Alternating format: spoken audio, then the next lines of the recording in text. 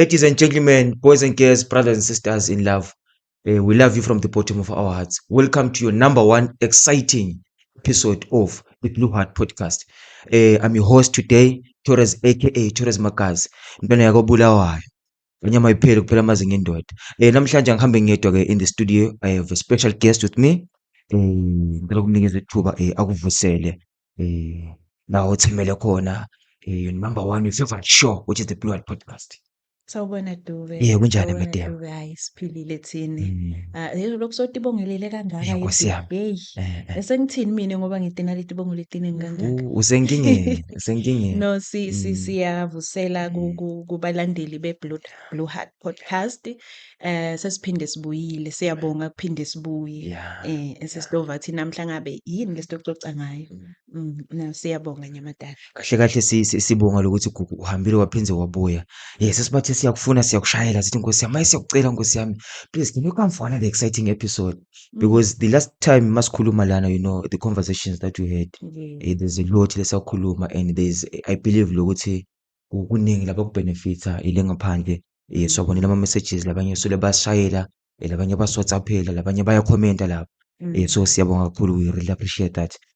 Please guys, you are tuned in the Blue Heart Podcast. Please don't forget to like, to share and also to subscribe. Gogo Mavimbela, singathathi isikhathi leside asivele sihlabe endzabeni. Idlulile iValentine. Indlule sibuye Yes. kuValentine. Indlela lokudliwa ngayo Nkosi yami uthi ureceive yini? Did you receive anything? Asingangeni ngena nje lapho eDube. But nje siyajabula ukuthi indlulile iValentine yabo. Kukhona lokhambe kahle. Oh, okay. Kukhona lokhambe Oh, kahle. shame. Yebo. I remember the last time masikhuluma lana, you mentioned something lokuthi ezinukunathiki kune-dinner lekhona that you guys are going to celebrate i-Valentine's dinner, whereby with theme love shouldn't hurt. Yes. Mhlawumbe nje just nje feedback lokuthi kwahamba njani kulelo dinner. I'm sure le makhaya bafuna lokuzwa ukuthi ingabe le dinner wazoyibeka kahle wathi ingayizivela. No, siyabonga Dube. Njengoba ngisho nje ukuthi kukhona lokhambe kahle. Cha, saba nayo idina eDube. Netimenywa tethu Nkosi yami tafika. Kwaba kuhle. Hey, bekubukhade bodwa lapha eDube. Kwakukuhle nje impela sadla kahle. Itimenywa tethu ke njengoba besivedile kubo babukeli lokho ukuthi MC wethu bekumjovijo. Hey, wasiholela kamnandi ihlelo. Kwahamba kamnandi impela. Nesikhulumi sethu ke Dr. Phil. Safunda lapha eDube tinto leti ngumgogodla wekuba selithandweni. Saphinde sabona naloko ukuthi thina sesikhuluma lokho ukuthi selibhlungu ke sisuke sekunjani. Suke sesilahlekelwe yini lapho khona sesifika sithi kubhlungu. Kungaba kukhuthata nje umbukeli noma umlalelo ukuthi uyati into leti kanjena akukameli tikwendlule. Oh yeah.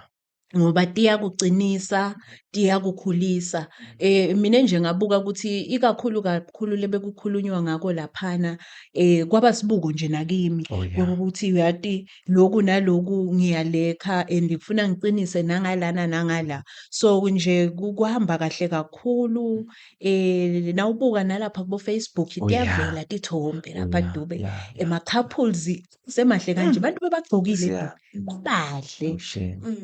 Nako nje lesikubongako le support nekutinikela kwebantu noma iweather beyithanda kungathi ifuna kusiniketa kungabata kodwa nje cha kwahamba kahle kakhulu. Sajabula nathi singunathiki, sajabula nekubona abantu bajabulile babambene lapha kumnandi. Cha kwaba lisuku lelihle kakhulu Dube. Nkosi yami siyabonga. Yeah, I think we need to shout out to our social media team for doing such a stellar job for ukuphosta. Sibonile Nkosi yami kumabonakude kuma-social media pages ethu. Abantu bagqokile bakahle Nkosi yami. Siyabonga Nkosi yami Gugu. We are hoping lokuthi vele sekuzoba yinto lezoba khona mhlawumbe each and every year. Yes. Sinalo leli themba. Awu Nkosi yami. Sinalo leli themba. Ngeke into lenhle kangaka bese kuthiwa ivele kanye yasiyanyamalala. Asesihlaleni ethembeni mhlawumbe kutawuphinde kuvele. Siyabonga. Asibonge Nkosi yami Gugu. Yes. Solong kule title yakho as a marriage counselor. Let me say love and Seswatini. I remember the last time besikhulumisa indzaba yomshado, and Mhm. we spoke about the three-legged pot. Yeah, Yes. so namhlanje I want us to dwell more into the three-legged pot. Angazi ukuthi do we have a chronological order yaloko lokuthi kuqala naku kube naku kube naku noma vele konke kuya-complementana? Maybe mawungasithi nje explain Okay, more into Dube, it, yeah. no, siyabonga. Uma sikhulumisa lama pillars lawa lesithi kubekuseka kahle nasibuka i-three-legged pot la Yeah. ime ngale tinyawo tayo. Yeah. Lama pillars lawa kude lesingazuthi mhlawumbe lenye ihamba phambili, lenye Okay. ita ngemuva. Yeah. Kufuna alingane, uyabo? Mm. Amise lo mshado lesikuwo, uyakubona lokho. Ngoba nakulekha kulenye kuyacega vele wonke lo mshado, uyakubona. Okay. Uma kuthiwa ke guntuka timbili tinyawo sekude vele loyo mshado loyo, uyabona. So kude lesingathi mhlawumbe cha asibeke lokhu phambili. Okay. Ngiko lokuthi asisita noma asisilandelise ngakuphi. Kufuna kube nale balance Oh yeah. ku the three pillars lesikhuluma ngawo, the Yeah. communication, Okay. the intimacy, Alright. bese kuba ke the financial aspect The financial aspect. emshadweni. Oh yeah. Yes. Yeah. Maybe before you go deeper into that, khona umbuzo engingakubuza wona nje kuleli viki in our previous episode. I feel like kuyangena under the finance part of three-legged Yes. pot. Yes. Ngizwa ngazuthi le iyashisa sivele siyikhulumise nyalo sasifresh. Yeah. Ngabeyisa ke last week ngathi ke mina ke la khaya medem uhola 5,000, Yeah. baba uhola 7,000. Mhm. Sina malini la khaya? Yeah. Sina 12,000 noma sina 7,000 waba. Yeah. Ngizwa ngazuthi le iyashisa ngicela kahle kamnandi. Ngiyakubona Dube, ngiyakubona ngayibalekela. Hey man, ya namhlanje ubambile Ngayibalekela namuhla. ngayidoja Yeah. ngavele ngayigega ngale. Hhayi Dube, liciniso lithi uma ngabe sikhuluma indaba yokuthi siyakha la sakha likhaya. Yeah. Kude lolo tawufika ahlale abesibukeli abesivakashi kule khaya lesilakhaya. Okay. Kubhekeke lo munye ukuthi afake emandla kakhulu. Uma ngabe siyavumelana la khaya ukuthi ngimi ngimake ngibabe siyaphuma siyosebenza. Angithi injongo yethu ukusebentela leli khaya lesithe siyalakha sobabili. Yeah. So lesitobuya naku kuya for the benefits of leli khaya. Uma ngabe sekutaba khona lo tawugodla ngokuthi ngibuye nani mina njengoba siphumile savumelana ukuthi cha hamba uyosebenta make hamba uyosebenta baba Yeah. ukuze sakhe likhaya. Nangabe sekutoba khona lokutawugodleka ke mina nangabe ngibuya naye loyo 3,000 wami sengimgodlile ngihleli naye. Nguliphi leli khaya lesikhuluma ngalo ukuthi siyalapha. Liciniso yeDube lithi vele lesitawubuya nako sitawubuya sikwendlale sobabili la tafuleni. Sikhulumise kona. Angeke size sibuye sithi 7,000 waDube nguye lesitamkhulumisa. Manje labo Bese mali mani singasayikhulumisile yami iyaphi iyokwendani. Yakha liphi likhaya. Uyakubona lokho. Injongo kwakha nali khaya. So uma ngabe ayisayikhulumisi yami sisho ukuthini? Yabo. Sekuvele sekucalile sekunekuchutha, sekunekucega kulelo hlangothi uyakubona. Angeke vele lisakha. Ngoba i-pressure kuwe vele itoba khona. Yeah. Mina sengicebelekile ngathi ukuthi kuphuma kwami ngiphumele mina noma ngiphumele ini uyabo. Yeah. Akusasiko lokhu lesivumelene ngako uyakubona Okay. lokho. Yeah. So ngesingami ngingasho lokuthi yonke into lesiyentako ayibe for the benefit of leli khaya. Okay. Ngina sengicala mina kunetinto leti tawubenefitha mina ngingedwana angisawubali lo mndeni lengide kuwo. Sengisho ukuthini? Sengakha ini? Uyakubona lokho. Lokusho ukuthi eDube vele liciniso lidele ekuthaneni sithi yonke imali lesitayakha asiyibuye siyihlalise lapha phansi siyikhulumise njengemndeni. Hey. Bathi kuyenzeka yini lokho gogo because asikhulume nje reality lesi sikubonile. More especially nina bomama. Yes. Nijona stokfela. Le mali stokfela ayikhulunywe le mali stokfela. Ayithiwa nje vu. But le mali yami emholo ngiyofuna ukuthi ibekwe lapha etafuleni. Yeah. Sithini ke lapho? No, Noma thina sibuka le mali lesiva ngazuthi i-general kahle le mali yami emholo siyibeka lapha. Le yakho yomholo ikahle. But le yakhe stokfela. Sithini? Yebo. No, kuloko mhlawumbe sesingabuye sikubuke ngekwekuthi kunetinto khande kwekuthi lesindlula kuto noma letentekako sisemshadweni.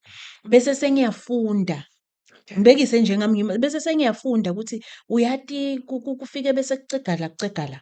Ukhande ukuthi babe yena ema-goals akhe kumisa nathi ibonda kwakheke leli khaya. But kuletinye tinto sova ngazuthi hhayi lokhu-ke sekwana kusasa imqoka. Kani mine kimi kumqoka, uyakubona lokho. Ukhande ukuthi ngiloko-ke sekwenta ukuthi labanye bomake bafike lapho khona sebadobane kwekuthi uyati-ke lokhu angisalike sengikugodla ngikubeka ngala. Nakhona uma ngabe kutoli-benefit-a leli khaya, uyakubona lokho. Singasho ukuthi mhlawumbe ngekukubuka kwakho uthi kukahle ngoba benefit-a lona leli khaya, uyakubona lokho. Ngibekise nje Dube, ngiyasijoyina stokvel sami. Ngesizathu lesithi ngiyabona ukuthi mina ngingumuntu lothanda kakhulu ukugqoka, lothanda timpahla, lothanda kudla, lokungaphekwa la khaya. Uyayibona lento leyo. But vele nase sibuyisa sibeka lama-finances ethu la awaku-accommodate lokhu. Uma ngabe sithenge timpahla kanye ngaDisemba kuphelele kulena lesiyibekela tafuleni. But nase ngijoyine-ke le stokvel ngale, ngiyakhona lokho ukuthi nangaJuni ngiyatithenga timpahla. Ngiyakhona kwekuthi sengigedangeda ticathulo, sengigedangeda imikhwanyana yami ekhishini ngoba sengiva ngazuthi lena ayisangiphathi kahle. Sengingedangeda tinto tekuhlobisa indlu. Athi solo lokho kuyi-benefit yaleli khaya. But vele nangitoda kubabe ngithi mina uyati sengifuna kushintshe emakhushini. Lamakhushini lawa sengiva ngazuthi sengifuna la red. Kusiyo i-priority vele. Akusiyo into nalesi sindo kwekuthi vele singamisa ukuthenga abosemende sibamisele emakhushini. Kanti uma ngabe senginaso le stokvel, siyabuya naso sitokwakha khona la khaya. Lapho sifike sikhale khona eDube ngilokho ukuthi sengikugodlile sengiyakwenda le ngaphandle but akulikhulisi leli khaya. So lokumqoka lokuthi kukhule leli khaya. But then mina nginale belief lokuthi as a man I'm the head of the house, right? Ngimi authority la khaya. Let's say ke mina ngihola lesser than you as umfazi. Does it mean ukuthi vele automatic mina sengi-under wena yini? Because sesikubonile lamakhaya like kwazi ukuthi umfazi uhola kakhulu ukudlula le ndoda. So kumele ukuthi le ndoda kube ngiyo lethobela lo mfazi. Uthini una lapha eze-marriage counselling? Hey, kuloko-ke Dube vele sikubonile kuyenteka. But-ke angeke size sishintshe simiso saNkulunkulu. Sokuthi umshado kumele ube kanjani. Uyakubona lokho. Babe nje uyohlala inhloko ekhaya. Uyakubona lokho. Noma ngathiwa baba akasebenzi. Kuthiwa akasebenzi. Uyohlala ayinhloko yelikhaya. Uyakubona lokho. Ubese mina ngiyayibese sekubuka ngaleliso lelithi wena Dube. Uma ngabe babe vele kuthiwa uyakhona lokuprovide, uyahola noma uyasebenza, uyahola ngetulu kwami. Ngani ngiyamniketa lenhlonipho? Ngifika njani lapho seyingilahlekela khona uma sekuthiwa uphelelwe ngumsebenzi? Uyabo. Bese-ke sokubuka futhi ngekwekuthi nangaleliso lelitawuthi wena Dube. Nako-ke sewuyawuphinda uyawuthola umsebenzi. Uyasebenza. Ngitokhona yini lokuphinde ngiyishintshe le nto ngimthobele lapho ngoba soyasebenza. Leyo nto leyo ke Dube mina ngibese sengikhanda ukuthi ikhulumisa mine as a person. Kokuthi vele ngingumuntu lo kanjani. Bengivele ngingenayo kusho ukuthi le nhlonipho bengingamhloniphi. Angeke bese seyingilahlekela ngoba sewudumsa. Excuse me. Angeke le nhlonipho bese ingilahlekela ngoba sewude umsebenzi. Futhi bengivele ngingamhloniphi bengihlonipha le mali yakhe. Nase kususwe le mali ihambile inhlonipho. Hayi vele basihloniphela le mali manje. Hayi. Maye siyabonga Nkosi yami eGugu. Because lese sukunakile like we mentioned in our previous episode lokuthi lelizinga labantu labadivorce ngalo liyamangalisa. And uma ngathi uyabukisisa kahle, one of the factors of ukuthi abantu badivorce indaba yema-finances isifakile isandla kakhulu.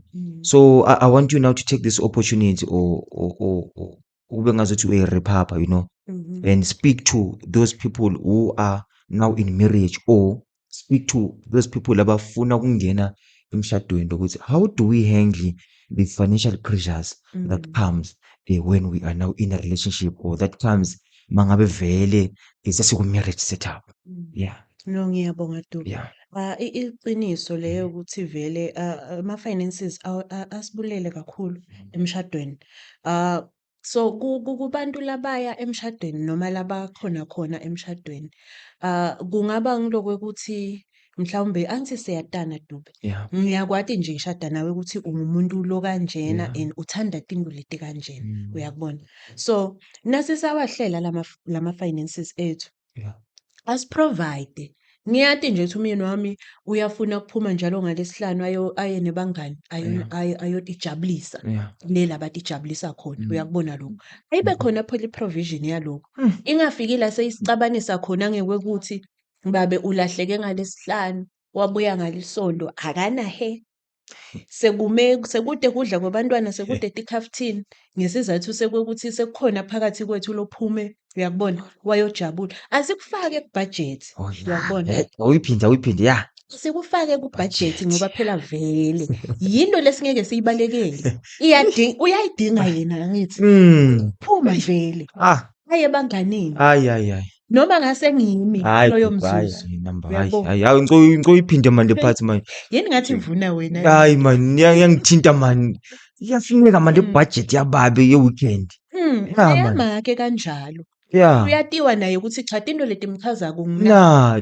asivumelane-ke sisahlela-ke kuthi liphalishi lithengwa kanjena tikolo sitibhadala kanjena nayi-ke yakho nase uyacile-ke leyo bhajethi yakho-ke cha kude lesi esingakusho but sikuhlelile singumndeni uyakubona Yeah. sakukhulumisa Yeah. uyabo kude lolo sativa asambinjekile kokuthi mina ngiyafaka but angikabalwa Oh yeah. uyakubona Oh lokho okay. sike sifundise nasikhuluma ngato imali futhi sithi asiwunake nalomtimba lo kungona lo sebenta le mali Oh yeah. ichaze Oh, yeah. konke lokho asikufake la kule budget yethu Okay. sisaseva imali lesiyiseva ukuthi cha lengaka siyayiseva lengaka iyokwenta nako yakho-ke yokuthi wena utibone ungubaba nami ngitibone ngingumake naye uyakubona Oh yeah.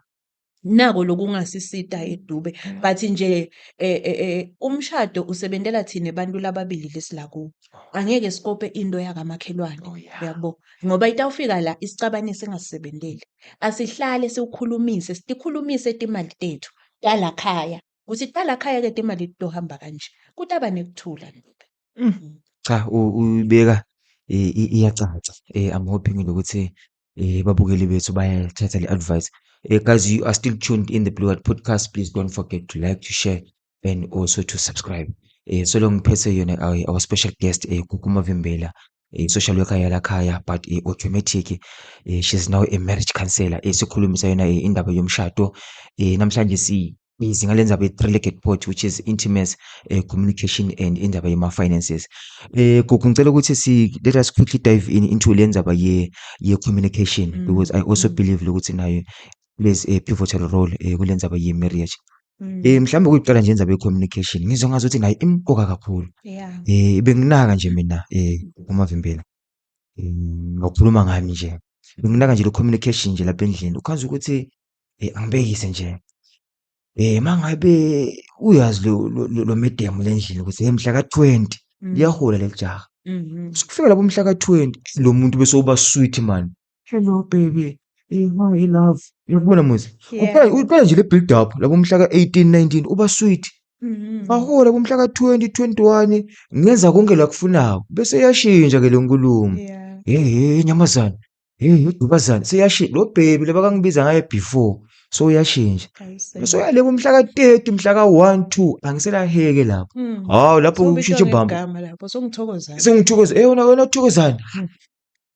But mase kusonde bomhla ka-15 16 17 say hey babe yeah love sithini ke lapho. yeah uma sifika communication edube maybe asesikubuke ukuthi there are two kinds of communication mhlawumbe sikubeke ngaleyo ndlela Yeah. kuna the unifying communication and just mere communication uyabo Okay. indlela tekukhuluma njalo leto nato futhi tinema components ato uyakubona lokho so asesibuke le unifying communication ukuthi iyendani kahle kahle Uma sikhulumisa ukuthi i-communication ebudlelwaneni is unifying, ikhuluma lokhu ukuthi it edifies thina sobabili, not just lo muntu lokhulumako. It edifies. Sikhulumisa kwekuthi it consolidates the relationship. Iyasihlanganisa, uyabo? Ngoba nawukhuluma ufuna ukhulume into lengatiko noma ngabe sikhuluma sisesigabeni sekwekuthi asiboni ngasolinye, uyabo? But it has to be edifying. Kufanele ingakhe nawe ikwakhe. As much as sikhuluma kwekuthi sicabene, uyabo? Ngoba ngeke sihlale singacabani. Yeah, sure. Uyabo? Bese kuba-ke nalemi communication lokuthi uyaphonsela nje amagama, uya-instructor, uya-narrator, awugadi kuva kokuthi lo muntu lokhuluma naye vele uyeva yini. Yiyo le khona manje sibambile manje. Uyeva yini lengikushoko. Uya-understanda yini. Sewushilo nje ushilo wena, awufuni impendulo, awufuni ini ushilo nje. Ubheke futhi ukuthi kwenteke nje ngalendlela loyishoko. Uyakubona lokho? Nato tinhlobo mhlawumbe lesingakhulumela tikwato, the communication. Okay. Sibe sesibuka nalama components ayo. Oh, okay. Ngokuthi uma kukhona into lengiyishoko kuwe Dube, oqala lengcikithi yale nkulumo yami ithini kahle kahle, uyakubona? Yini lengiconde ukuthi ngikutshele yona, uyakuva lokho? Yeah. So and then itone yelivi lami ikanjani Ngifuna lapho nako ngifuna khona. Le Uyabona? tone. Ngikhuluma nje le tone ikanjani. Phinde futhi ama non-verbal cues the non-verbal component ngikanjani, uyakubona nje. But ngicela singene kakhulu kule tone because it goes back to example embengisho. Yabona?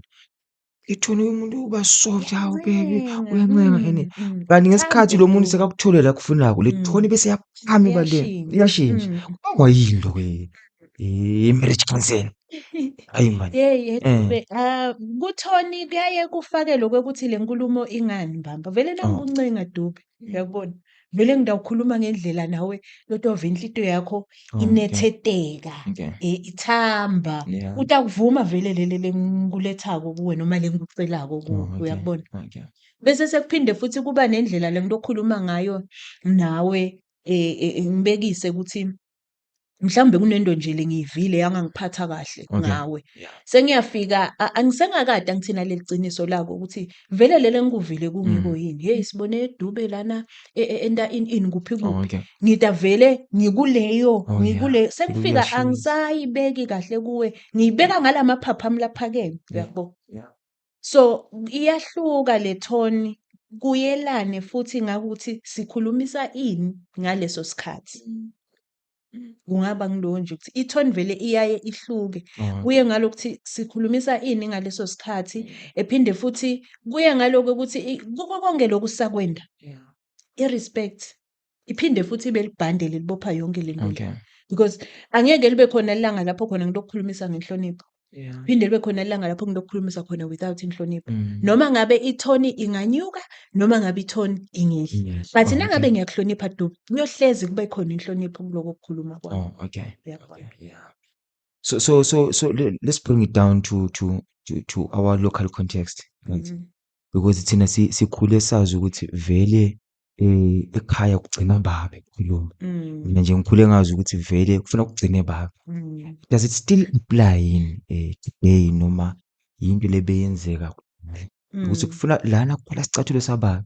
Ufuna ukuthi lokugcina ukukhuluma kube ngubaba. Yeah. Hey Dube. Hey kona kulukhunyana. Yeah. Bekukanjalo vele ukuthi babe nguye njengoba sithi babe inhloko yekhaya, uyakubona? Kube ngathi kufuna kube nguye vele lo phuma netinqumo nalo ukuthi khanya lokwendeka kanje lakhaya. But sikubonile kuhamba kushintsha for ama reasons lehlukene. Oh, okay.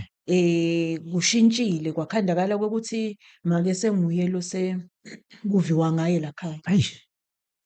Nababe sewuthulile naye ngetizathu leti mphushele ukuthi akagcina salathula la. Uyakubona lokho? Yeah. Ukhanda ethi akathuli ngoba vele akasasiye babe noma i-masculinity yakhe seyinciphile. Okay. But ngetizathu lesekade ibuka naye ukuthi uyathi kuthini? For ukuthula kwami asale just so that I can have peace. Manje lento Ngisale lena. ngithula. Hayi Yabo. manje hayi. Kubuyele emuva-ke Dube ekuthaneni vele ngifika la emshadweni nje ngikhuliswe njani, Oh yeah. ngigrunywe njani, uyabo? Yeah. Kuphinde futhi kusibuyisele lapho. Ngoba vele nangabe ngikhulele ekhaya lapho khona make bekuviwa ngaye, make nguye lo tshela Oh, babe, okay. make akathindwa nje. Oh yeah. Ngikhula vele ingqondo yami ingitshela ukuthi likhaya kumele libe kanjalo. Oh yeah. Ngiyahamba nami ngiyokwenda lekhaya lebantu. Uyakubona lokho? So iphinde ibuyele lapho ukuthi asinake lokuthi lo muntu lomthathako vele umate Oh, kangakanani. okay. I-background yakhe Yeah. ithini? Yeah. Ukhulele ekhaya lelinjani? Vakasha ekhakhakho. Ufike uhlale uvusela ubabuke ubabone. Ubone indlela nawe lokho kunika itasithombe saleli lakho likhaya ukuthi hey, shothi nale kami kutawuba kaso. Oh yeah. Uyakubona lokho? Yeah. Uvakashe nale khaya kini Dube ngivakashe ngihlale. Ngibuke nje ngibone. Napho kutanginiketa nami lesithombe sokuthi cha mina kushothi ngiyophathwa kanje Yeah. le ekhaya la ngithi ngifuna kuyokwenza Cha, lapho. kuyacaca lokho. Ngicabanga ukuthi mase sirepapa kule communication. Mm. Ikona nendzaba nayo lesalayo, le silent communication. Kaze ukuthi Mm. senisendlini nje noma lihlala emcashweni noma it's a Mm. 2-bedroom house noma yini. Mm. Akukhulunyiswana. Yeah. But nonke nivuka same bed, same house, same everything. Ukukhulunyiswana. Umuntu ubhizi ngefoni nidubene. Yini nje lento lena?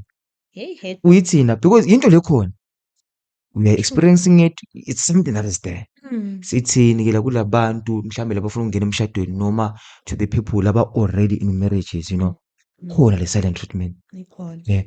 Baba sowulela ubheka le, maka ulela ubheka le, baba ubhizi ngolicingo ka WhatsApp namake naka WhatsApp, ugudlela nje la kitchen kuphela, maka ulethela baba itiye ngenango akukhulunywa lutho akubonga. Yayi. Yinto le Sithini yentekayo Dube leyo. So repapa nje le ndzaba ye communication because I believe now it's part of Le communication. Yeah. True. Yinto le yendekako vele Dube ngikhumbula nje lokunye lengike ngakufunda nje one article lengike ngayifunda yale emaveni lakhashane babe lo shonelwe ngumfati wakhe. Okay. Umshonela ngani? Benda lokungakhulumisani. Oh, okay. So usuke uba ne-attack ebusuku lo make. Oh, yeah. Sewuba sathe. Athi vele sikhulumisane. Sikhulumisane. Donsa ngikubheka lena. Waze wacisha. Naloma avuke ekuseni akade ethi lo muntu kade ahambile lo lalalele naye. Ngalokuthi vele sidubile sikhulumisana. Uyakubona lokho? Yeah. Waze wathi ilanga liphakeme Oh, ukuthi shame. lo muntu ufile phela lo. Uyakubona? Ufe kanjani naye akade. Uyakubona? So into le kumele siyinake. The minute uba nento lengakuphathi kahle lokuthula nayo. Thina ke bomake kuyasivama nje lokuthi vele hayi sivele sibe yi-self raising nyalo ngigcwala indlu ngibangaka angikhulumi anginjani uba sathi kodwa ngabe ngindeni kwendekeni angeke uyithole imbedu ayithola kubani impendulo. Mina ngize ngixolise into lengekho. Ungathi uxolisa awadi nalokuthi yini lo yendile. Yinto le yendekako vele yeDube kanti ayisiko kahle. Oh yeah. Ayisiko kahle. The minute akuba khona into lengahambi kahle. Asibuye ngoba ukhande ukuthi kulesinye isikhathi sidubelene into lengakhulumi. Oh, okay. Lengakhulumi mbamba. Uyabona? Bathi sesihlale liviki lonke singakhulumisani. Ngiliphi ke likhaya lelitokwakhe singakhulumisani liviki lonke. Letha lona ilanga linye lide kakhulu ukuthi singede sakhulumisana. Yeah, more especially mangabe siko relationship. Yeah. Lide kakhulu. So mangabe khona into lengiphatha kabi akube ngumkhuba wethu. Ngikhumbula lenye ikhaphuli lebeyithi yona ya decide yatikhethela ngokuthi noma ngabe kunento lesende sangabona solinye asiyi kuyolala Okay. singakabhobokelani sayikhuluma. Uthi bathi ke lababili nakwentekile saya kolala singabhobokelani. At least kwati ukuthi cha sisesendawonye kulobudlelwane. Sitawumane sidlalisana ngetinyawo. Uyakubona? wangithinta inyawo liyasho ukuthi hhayi Ngisasekhona sisesendawo yebo kona sinalamankunkulu esinawo kodwa cha sisesendawonye kulo guys, budlelwano, thathani ama-notes, thathani uyabo? ama-notes, thathani ama-notes guys, please. Tyson, Nalo thathani lo munye-ke ama-notes. kufuna aphendule ngelinyawo aphendule uyabo? Bagcine badlalisana ngaleti inyawo kubhoboke-ke bagcine Manje la bantu bakhuluma, esijola nabo uyabo? umuntu awuvela athathe litshala ayolala le ekhawutshini shwaba kwangithinta wena. Yebo. Asesichithe khona. Mm. Asingena kunayo i-intimacy ngoba vele isilidela to intimacy, True, right? true. I feel like lenza intimacy, it's one of the silent crises unagogo that we have observed Yeah. kuma-relationships. Mm. And something that I've observed more especially le fieldini lesisebenzela khona le fieldini lesi sikunakile ukhanza ukuthi I'm just giving you nje a layout of Yes. then uzabe usuyachanela. Sekunanayo inkinga nayo ukhanza ukuthi babe uyavuka ekuseni ngisaligradi lapho unesigujana sakhe semdolofiya uyatilungiselela yena. Yebo. There's no communication amake but ufuna ukuthi babe makaqeda nzambama babe utilolile yena makafika enzambama kumake babe vele sowufuna ukuba sithini enzabakele asowuyilothe nkosi yami. Yeah. Quickly nje singayivali nkosi yami isikhathi sethu ngathi sifuna kusibalekela. Yeah, indaba lemqoka leyo nale vital Yeah. ebudlelwaneni kokuthi siyikhulumise indaba yasekamelweni. Okay. Kadeni Dube beyingakhulunyiswa ngekuva kwami ngake ngahlala nje nabomkhulu nabogogo sathi ixoxa leti ndaba. Ngibabuta labanye ikhapuli ngiyivakashele bogogo nje bese bakhulile. Yeah.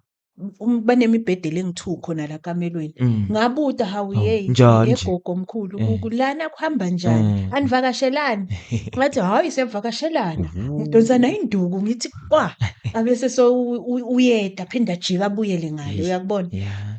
So ngingasho ukuthi mhlawumbe i-culture yethu isiphushele kwekuthi sigcine sifika siba abantu labangayikhulumisi i-intimacy nasemshadweni uyabo. Indlela lesikhule ngayo nalesiyibonile iyenteka kubantu labadala labasikhulisile.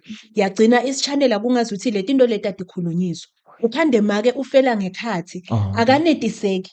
Hayi ngoba mhlambe babevela ngakhona ukumnetisa uyakhona ngathi ngalokhu akukhulunyiswa uyakubona ukuthi thina-ke njengoba sesilabudlelwano neDube mina ngithanda ukuthi masingena siyokwenda inkonzo yasekamelweni kube kanje naku lokungijabulisako mina ngingimake nawe usho naku lokungijabulisako mina ngingibabe sikhulumisi leti ndaba lethu uyakubona babe nje kufika kube nguye alide ende la kwentako uqedile ngibuti nanami kokuthi hey make kuhambe njani ngoba phela bese sesiyayenda i-postmortem emva kwaloko ukuthi kuhambe njani wena kukhambele njani uyakubona lokho usho-ke ukuthi hawu uyathi kusele kimi ngalana babe mina ngingajabula tikhulunyiswa leti nto leti kani kumqoka kokuthi lalo kulo budlelwane njengoba ngulungabe nasiya emshadweni sisuke siyela kona lokho vele phela kwenkonzo yecala lesiyileyela kwangithi emshadweni lo siyojabulisana ngemthetho longcwele waNkulunkulu uyakubona lokho so mase sifika ke lena